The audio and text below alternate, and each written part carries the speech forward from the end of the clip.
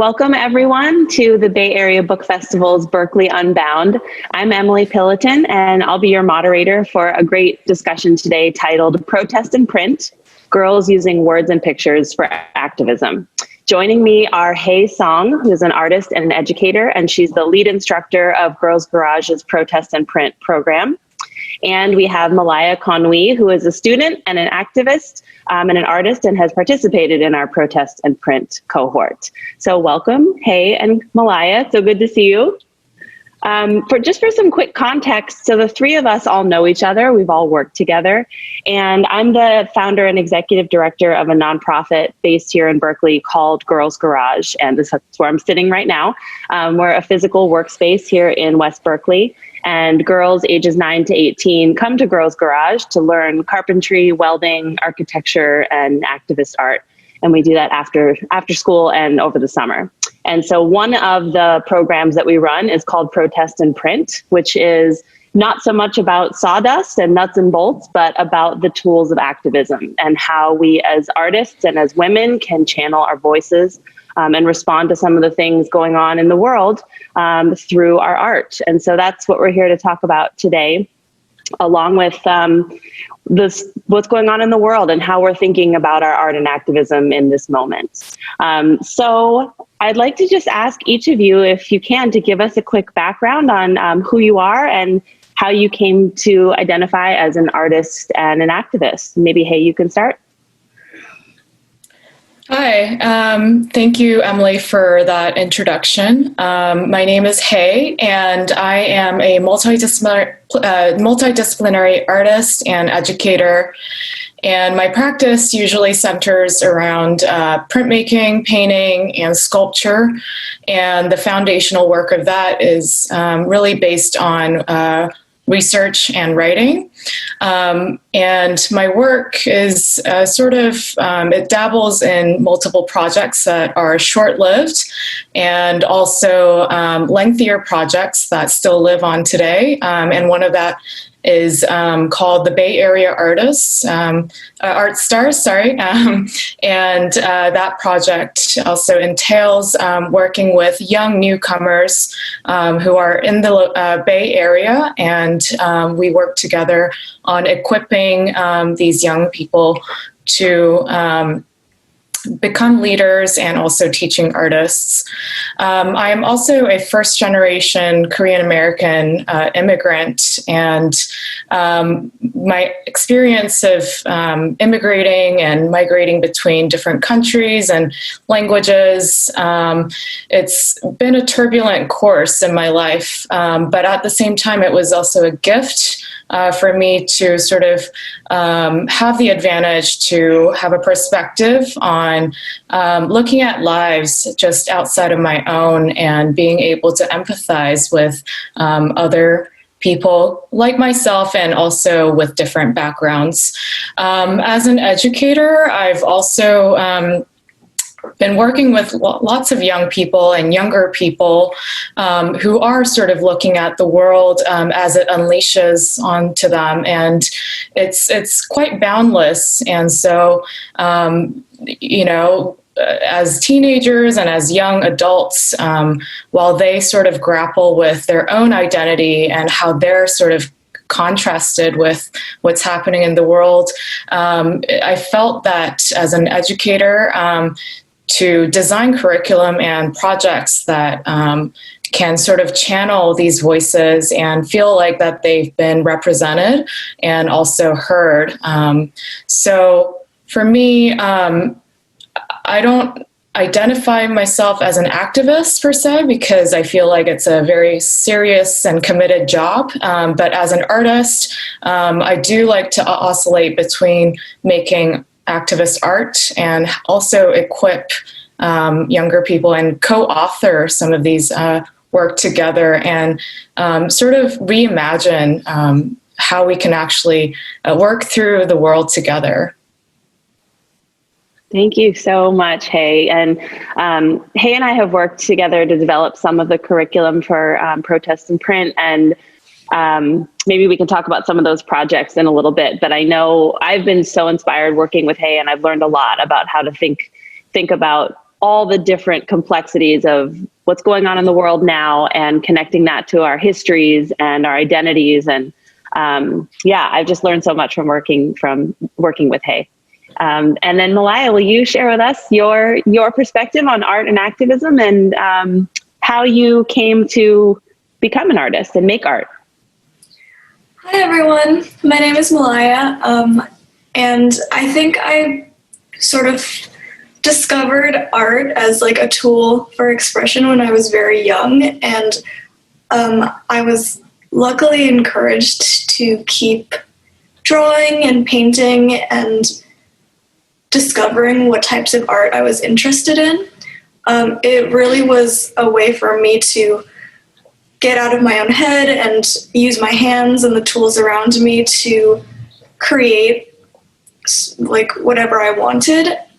I am from Oakland, California, and I was fortunate to go to Oakland School for the Arts, which is a public charter school in downtown Oakland, attached right to the Fox Theater, which is a very iconic building in Oakland. And getting to basically grow up in an environment like that taught me so much about not only different artistic techniques, but also how to collaborate and interact with artists of all different kinds of disciplines. And it's really helped me grow into the artist that I am now.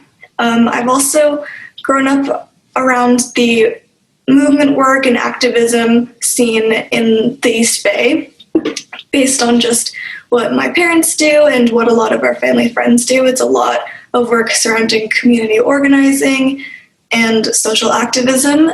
So I learned pretty early on that these two very important components in my life, art and activism, work so well together. And I've gotten to see so many different movement artists in their work, like physically and directly because they're family friends. And that's a little bit about me. Thanks, Malaya. I'm thinking of a couple specific projects that you've worked on that are really, really powerful. So would you and then Hey be willing to share like a specific project that you've either worked on lately or maybe not so lately that sort of exemplifies this convergence of art and activism? Yeah, lately I have been working on a lot of pieces surrounding the current movement for Black Lives Matter and a lot of other movements that are like surrounding that sort of area. Towards like the beginning of quarantine and the pandemic, a lot of my classmates united to paint murals in downtown Oakland by our school. Right now, if you walk down there or drive down there, there are so many murals covering every building, and it's really special to look at. The murals that I worked on were right under the Fox Theater, and they were designed by my classmates, and I really got the opportunity to work with them again, and even people who weren't like in the visual art track. A lot of musicians came out, people who were just really passionate about their classmates and solidarity, but also themselves and wanting to express the experiences and the frustrations that they were having. And just to work on that with them really reminded me of how important collaboration is with art, because it can become such an isolating practice. And I think Girls Garage also is something that does that as well. Sure. I've been working on a manifold of projects, and especially because in the first couple of months of quarantine, I wasn't able to access my studio. So for me, working at home and working with the materials that I had access to, I sort of had to change and shift gears from what I normally do. And so a lot of that project sort of entailed writing, but also designing and writing a zine with a cohort of mine, and also creating different projects that I'm working with the art stars, as well as creating posters that directly addresses some of the things that we are currently experiencing. So I've made a woodblock poster that sort of stands in solidarity with some of our marginalized communities and individuals. And so I've been sort of channeling my creativity in a different way, but also has been very fruitful. Yeah, thank you. Malaya, I'm going to just share. I have two of Malaya's posters that she made here at Girls Garage, and I want to just show them really quickly. This is one that says housing is a human right. And then another that is more recent, Asians for Black Lives. So these were both screen printed here at Girls Garage, and I'm sharing them because the legacy of printmaking is really, really powerful. There's a long historical practice of using printmaking to produce multiples of things, and often the work that comes out of the practice of printmaking has really bold imagery and bold statements. Like, we choose our words very wisely too.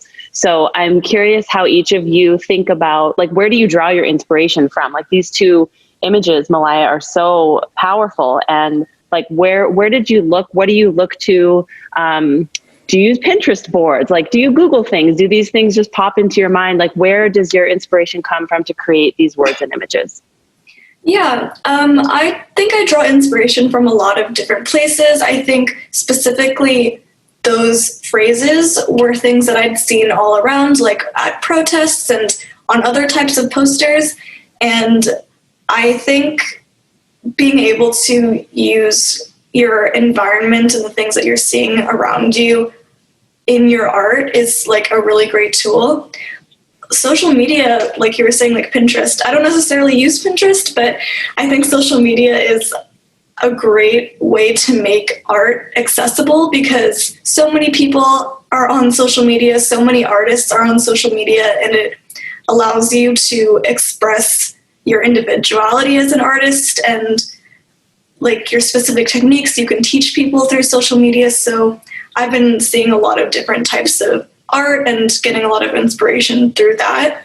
And also just I have a lot of movement artists in like my vicinity, I guess, and I've gotten to look at their work and look at the posters in my house, and there is like a general sort of format that makes these types of works really impactful. So I kind of try to take inspiration from that and make it my own and hopefully like make it stand out and deliver the message that I want.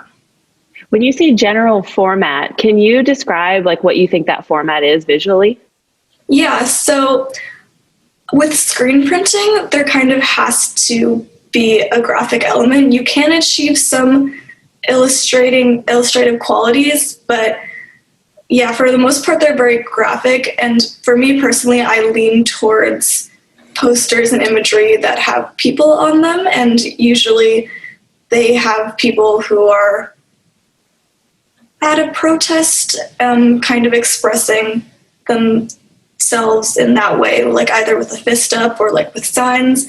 I think of very bold colors, and I think of very intentional fonts and where the words are placed. I am not really great at lettering, I've been told, but that's definitely something I want to work on because it is something that tends to be looked over, but it is like very important to making a good poster.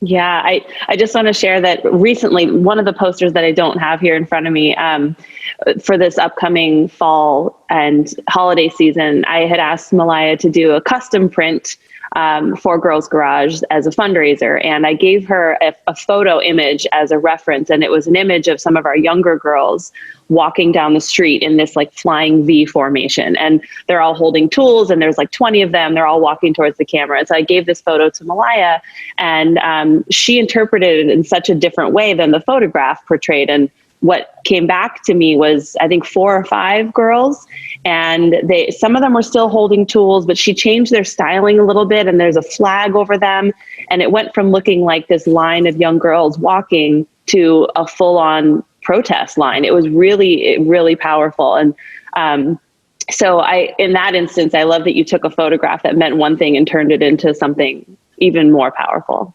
And then, hey, so this poster that I showed, this is from a project that we did in Protest and Print, and you hand drew this banner flag image.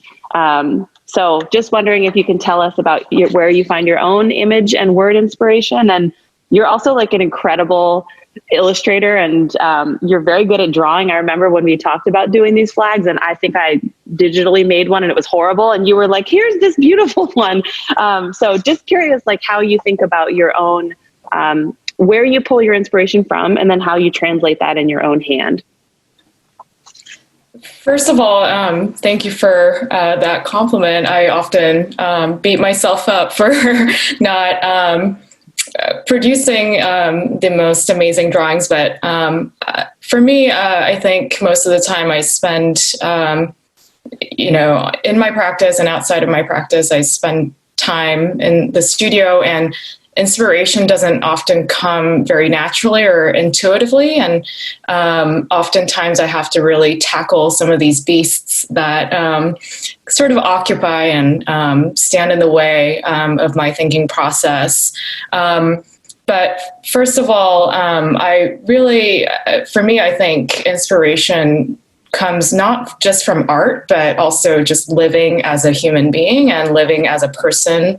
And while I sort of navigate through the world and sort of observe some of the things, I like to reflect that into the work that I'm currently making. And I think for me, there has been a shift, especially during the time of the pandemic, and a sequence of events that's been sort of happening one after the other.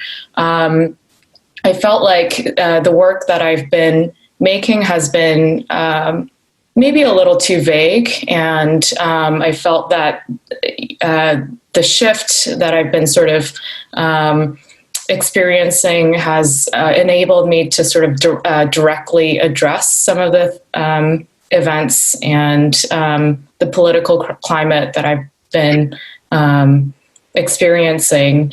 And so I feel like my biggest inspiration comes from the younger people that I work with at Girls Garage and my other students. You are sort of the world that sort of mirrors in front of you, and the energy that you provide in the classroom, and the dialogues that we have. I feel like it's very raw, and also isn't sort of under veils or layers. I felt like they were very truthful. And so me in the classroom and working with our wonderful individuals at Girls Garage truly gives me a lot of motivation, and it prompts me to work towards understanding what my role is as an artist, and also making activist art. Yeah, I totally agree. I'm thinking about back in March when we had to move some of our classes onto Zoom. And one of the things you and I talked about was how we could translate this in-person experience and the feeling of community into a virtual space. And one thing that you did was to introduce writing and poetry and certain literary heroes of ours. And so I know that for me, writing has always been a thing that I sort of do against my will. It's not a thing that comes naturally to me, but it's a tool as a creative person that helps us see things differently and make sense of the world. And I just have to share. So we just published a book called Girls Garage that is a tool encyclopedia, and it's meant for girls to embrace their inner builder girl.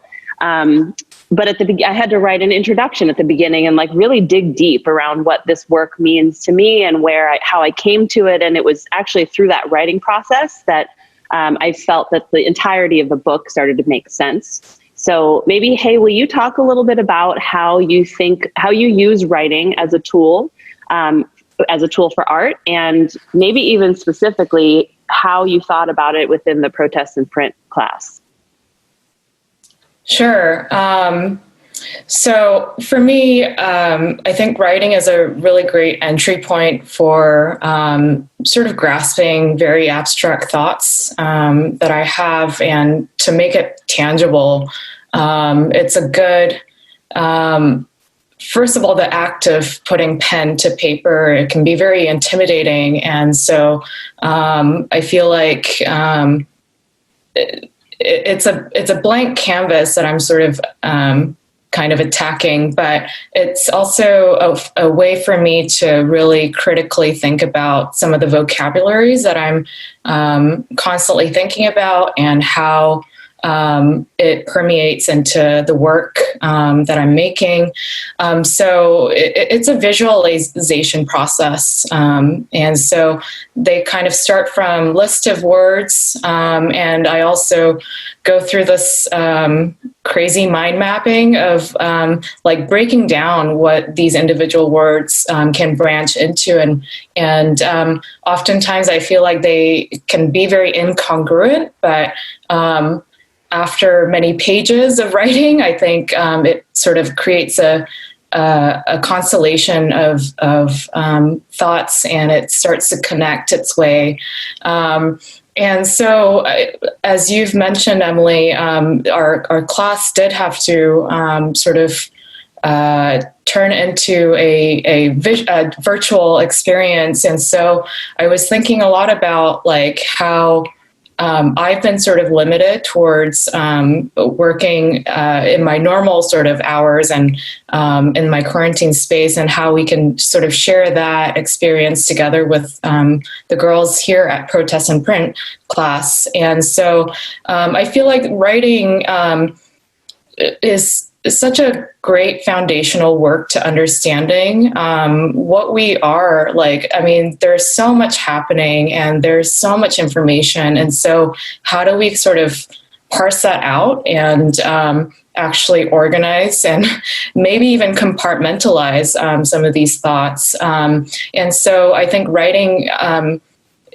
it doesn't always have to relate to the work that I'm making, but it's also an entity of its own that lives live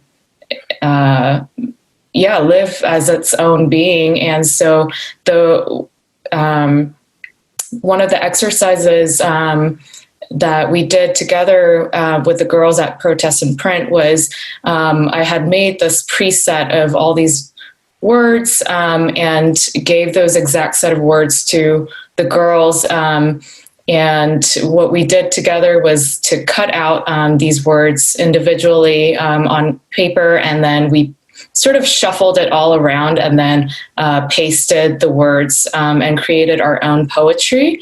And the other project I think was quite similar, but we also created something called the broadsides, which is sort of a very traditional form of how people actually circulated stories and news, and also like wanted signs and things like that. And so, yeah, accompanied by a small imagery, the girls had to sort of use the words that were given to them and to sort of kind of actually flow the words out into like a made sense story. Yeah. Hey, I actually have one of them that I just found and I want to share. So this is an example of the exercise that Hey described with the random words, and there was a prompt and girls wrote sort of these random word poems. So this is one. Give air through blue pool light, ring under November smoke, guarantee future haircut running down darkest fall peach sky, heavy city wave, beaten green turtle play, bye. So I remember that was such a fun exercise because we all sort of had the same building blocks, and then the result was so like truly different and diverse depending on how each girl looked at it. Malaya, do you either do your own writing, or are there certain authors or poets or literary people that you look to for inspiration? I think when it comes to physically making art, I haven't been looking to authors that I really like, but that's something I definitely want to start doing. I think that in general, writing is one of the most amazing art forms there is, and I'm always so blown away and impressed by the writers that I know. And I think that through writing, you can really facilitate a lot of major change, whether it's through education or poetry or just expressions of pain and experience. So that's something that I would love to continue working with and I guess digesting the words of writers. Yeah, I think writing also is one of those things that, at least for me, it's a thing that I still don't really identify as a writer, although I do it a lot. And so I think maybe it's one of those things that feels slightly out of our reach, and yet it is such a great tool. I mean, I'm thinking of like in one of the Protest and Print virtual classes, Melanie Cervantes came to our class, and she is an Oakland-based, really incredible artist and printmaker. And I'm looking at a print across the room that says, "We belong to ourselves." And there's an image of a girl. And so even when it's just like one line, that in print-based work and in art, like those 4 words can be so powerful. And there's a girl in our Protest and Print cohort named Aisha who made a print where it was actually similar. I believe it had the same background as this poster that you did, Malaya. And she wanted to write a phrase in Arabic that translated to "my value is the same as yours." And she was trying to find the right English words to translate it. And I remember telling her, "What, you should just write it in Arabic. That's your mother tongue." And so she did. And it's even more beautiful because it came straight from her language and her own words. So this is a thing that I think, even as visual artists, it's using words wisely is such a powerful tool. So all 3 of us are Asian or Asian American or Pacific Islander women. I think we probably all identify slightly differently within the category of Asian, but we are all Asian women. And I would love to know from you how you've thought about your identity connected to your work, and how it has informed it, or if there's a specific voice that you try to channel or that you feel that you channel because of your identity. And maybe, hey, if you want to start. Yeah, I think some of the Asian communities are generalized to be perceived as model minorities, and oftentimes as individuals who fall into that community tend to feel pressured to sort of meet these expectations and perform that and demonstrate it. However, for me, I think we are so unique, and we all come from very diverse backgrounds that I think we all sort of have this very unique story to tell.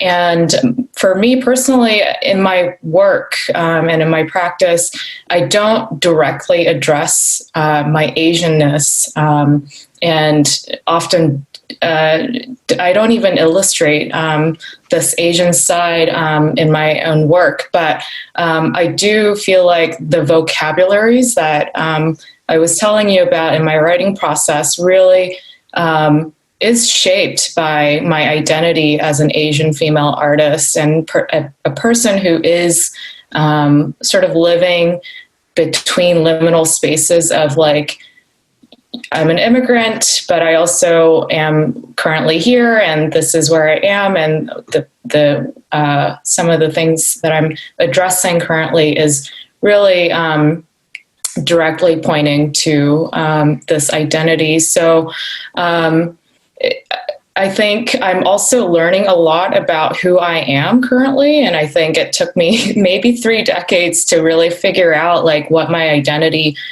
where my identity lies, and how I'm seen in the world, and how how my position as an individual can contribute to my neighbors and the people around me and the communities around me who are all from different backgrounds. And so I think it's something that I'm still considering as a journey to sort of walk through. But it's for me has been a very big breakthrough to understanding,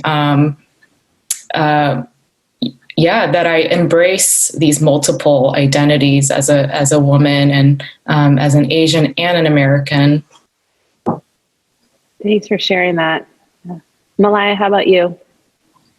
I think that identities, when it comes to activism and movement art, are really important because it is our identities through which we experience oppression. But I also think that identities are important to all types of art. I really think any piece of work is a reflection of the artist making it. However, it can be difficult for the artist to access identity when creating art for a variety of reasons. For me, I have always had a strong connection to race and ethnicity when it comes to my identity. That's just the way that I was brought up and the things that were important to me through like my family values. I think that being Asian and being like a young Asian American artist like has always really informed the type of work that I do. Yeah. I was going to say something else, but I forgot. Yeah, thank you. I have to say, so my mother is Chinese, my father is French, and I think a lot of my life I felt as though my identity was this sort of like polarity, and I wasn't this and I wasn't that, and I was half this and half that, and it took me a really long time. Actually, it took me going to art school. Hey and I both went to the School of the Art Institute in Chicago, and I studied design, but then when I got to grad school, which was an art school, that was the first time anyone ever told me, you know what, you can embrace your identity as the root of your art, not as this afterthought. And I had never thought about that before. Often in design, it's like all about what the client wants. Like you do this thing to make them happy. And so art was really a revelatory thing for me to discover that I wasn't half Asian and half French. I was 100% both those things. And the truth was somewhere in the middle. And I think for all three of us, like, I think, hey, you said, like the multiple identities or the complexities of our identities are really what makes our art and our voice powerful. And just for me being in this space with you two and so many other young women has just been a reminder of that, like the diversity of our group and how many stories we share and how different our experiences are at the same time, as in this moment in particular is just so inspiring to be around. And so I'm thinking about this in our current moment, like there's a lot happening. 2020 is a beast of a year, right? And so there's the pandemic, there's a sort of racial and political reckoning. Like we're all asking questions that we have maybe put on the back burner until now. And now we have wildfires. So I'm wondering how each of you thinks that art plays a role in addressing or maybe even solving or bringing to light to some of the really heavy and important things happening in our world right now. Hey, how do you think about that? Sure. 2020 has been, we all acknowledge that it's been a very compact year full of different events. And I think, as I was mentioning before in our earlier question, that for me, there has been a very personal change and shift in how I address my work and how I'm identifying myself and connecting to the work that I'm making. And so I think 2020 also makes that landmark really come clear. We are living in a moment where,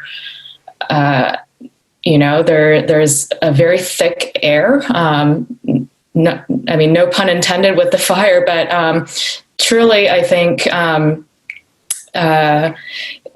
for me as an artist and a person who makes or addresses and reflects what's happening in the work of my art. I also feel like the art can sort of be, I was trying to connect a sentence, but what I'm saying is the work that is very activist motivated, and also the work that I'm sort of doing just on a regular basis can have sort of this division. And because the activist art that we make can also work as a functional object that we sort of use as a prop and an accessory to carry out when we're actually marching through together in protests, and also put up in our windows. And so for me, I think the creative side, as Malaya also mentioned earlier, that the creative component and activist movement can really like converge together and make an intersection. But as an artist, I also feel like my civic duty is to sometimes let the art go and actually participate very actively in responding to some of these issues. And that might not entail making art all the time. So, yeah, and so I feel like sometimes I kind of oscillate between the contradictions of making work and being in my studio and that romanticized vision of like this artist in solitude, but also I feel really pressed to kind of walk out and really perform the duty of what it means to be a citizen. Yeah, you and I have talked about this before. Like there's art about art, and then there's art about life. And it feels like right now, the most powerful art is the art about this very complex life that we're all living. Malaya, how about you? I am coming at this from more of a student youth perspective, since I'm not a person who makes a living off of art. I usually just do it for fun or do it for a project or various opportunities that come up. So I have been thinking a lot about the morals and ethics of art making during this time. And I think that art plays such an important role in the movement, whether it's like through posters or through infographics, which is like something that's really taking off, especially on social media, infographics on current situations. But I think going back to identity again, I think keeping your identity in mind is really important, and remembering that you're not supposed to be speaking for anyone is really important, because as artists, there's such a strong desire to express what we're feeling and what we're seeing in the world, and hopefully make an impact through that. However, with, for example, the current Black Lives Matter movement, there are so many people creating art for that, and it is very beautiful. But something important to remember is, or just to be conscious of and ask yourself is, are the people who I'm making this art for, do they want it? Is it necessary? Is it helping them? And I think just through talking to my peers, it has not always been the most beneficial thing for them to see just random people who are not Black just painting all of these things because it makes them feel good, but it doesn't make the actual people, like it doesn't make your actual neighbors and your actual peers feel good or feel empowered. It's also important to not be taking up space in the sense that you're not like profiting off of work that is for a different oppressed group that you are not belonging to. I think what you should and shouldn't create is like a very blurry sort of line. But when it comes to profiting off of certain works, I think it becomes much more clear that in general, like, it's not good to take opportunities that were designed for certain groups for yourself. Yeah. Yeah, that's really well said. Thank you for bringing that up. This is the entire moment is asking us, like, which stories are our stories to tell, and which stories are stories that we need to listen to and learn from and do our own reckoning. I've also been really lately, there's so many things that feel hard to understand right now. And I always look to art as a way, as like a mirror to hold up a different perspective for something I'm feeling that I don't have the words for. And often I find that in artists, or just the other day, I listened to Shanaka Hodge's poem that she wrote in collaboration with Banana Republic. It's called No Boundaries, and it is unbelievable. And I listened to it like 5, 6, 7 times, and she was just able to articulate a feeling that I have been feeling and was not able to get out. And I do feel like these moments, in these moments, art can be medicine and also really force us into even more uncomfortable places. So thinking about what's going on right now, and like, let's think about 2021 for a minute. What would your dream project be? If someone said, okay, hey, you have a year to do whatever project you've been dreaming of doing in any space, in any medium, what would you want to work on? Go ahead, Hey. Sorry. I think I've had like dream projects in my mind sort of lingering from size small to size extra large. And some of them are very close to approaching and accomplishing. But the dream project that I've always just had that at the baseline in my heart is to actually create a print shop community. And I feel like creating that space and creating that community to come together collectively to make prints, as an individual, but also learn from each other on what they're making and how we're making it. And I feel like printmaking holds such an attitude that's sort of different to other disciplines that really gravitates towards community building and community oriented way of thinking. And what I love about that is that each artist who comes into the shop can take multiple roles as a mark maker, as someone who assists with facilitating the press or the printmaking operation of it, and also and I love that idea. So my dream project is really to create that space eventually, hopefully. Well, I mean, you know this, and I told Malaya also, we've just acquired a risograph printer upstairs. So you're hired. Dream project, check. No, I think that's a really interesting extension of our own work, is like we can make work, but then also we can make space, and we can make space for others to do work in a more community-based setting. And that's why you're part of Girls Garage. And I think that's what makes this space so special. So I'm excited to build out the print shop with you too. Malaya, what's your dream project? Well, I also really like the idea of the print shop. I think that's something that I would definitely like to go to. I've been talking to a lot of my classmates, and they've been saying like they really miss printmaking and they really miss working with our class. And I learned how to screen print at my school, and it's something you can definitely do like by yourself or with a partner, but it's a lot of fun when you have like a bunch of people running around and you have like, well, we call them print monkeys. I don't know if that's like normal artistic lingo, but it's like the people who like put your paper on the drying rack. I think in terms of like my dream projects, a lot of what I would love to do is very collaborative.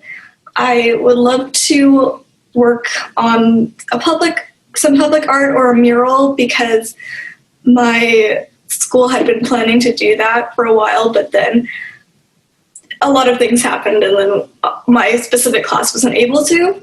And I have gotten the chance to work on other murals, but I think it's just something very special to share with a group of people working on a piece of public art. I think just in terms of general dreams, I hope that more organizations like Girls Garage or Girls Garage is able to expand, because I hadn't been a part of Girls Garage for very long. I joined, I think, in like the middle of the school year, and I was like, wow, where's this been the whole time? I didn't know a place like this existed, because I really think that this is what art should look like. It should look like bringing in people from the community and working together and learning together and talking together. I think art can become extremely, like I said, like individualistic and also very classist in how opportunities are dispersed. Like for my, I don't know if I should say it, but just like for my school, there is like an audition requirement, and it's like if you haven't had access to classes or materials, then you're not going to be like up to the same standards. So I think offering these opportunities to everyone is so very important. Okay, wonderful. Well, maybe just in closing, this is a hard question, but maybe in one, maybe two sentences, do you have any advice or project ideas for people out there who are thinking about using their art or their words as a form of activism? Hey, do you have any stellar advice for everyone?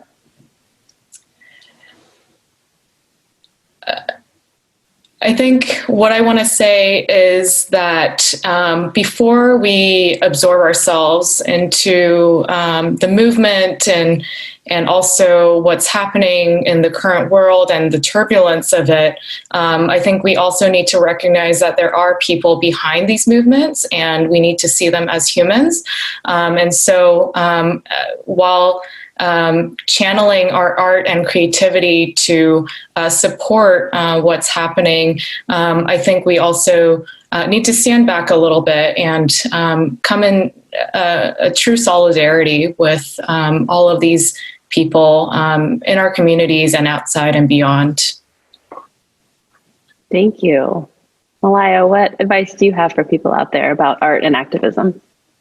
I definitely agree with Hey. I think it's important to recognize that there are people who you are speaking on behalf of, and therefore I don't think you should necessarily try to speak on behalf of people. It's kind of a weird distinction to make, but speak in solidarity with the people who you want to support.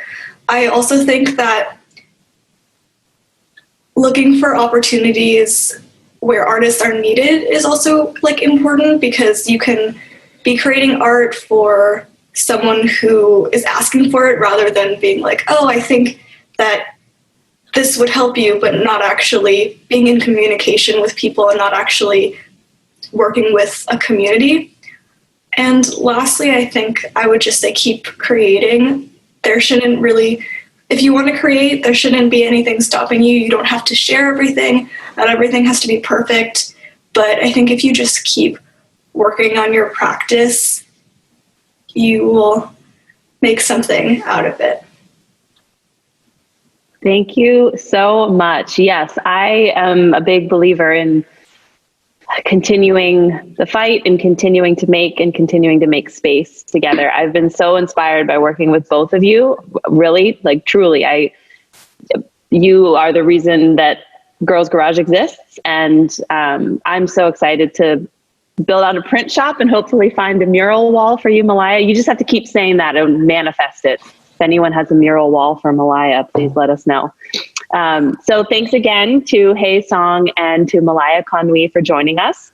At the end of this talk, there will be a link to where you can buy the Girls Garage book, called Girls Garage, How to Use Any Tool, Tackle Any Project, and Build the World that You Want to See. You can also learn more about Girls Garage at girlsgarage.org. I'm Emily Pilloton, and you've been watching the Bay Area Book Festival, Berkeley Unbound. Thanks for being with us.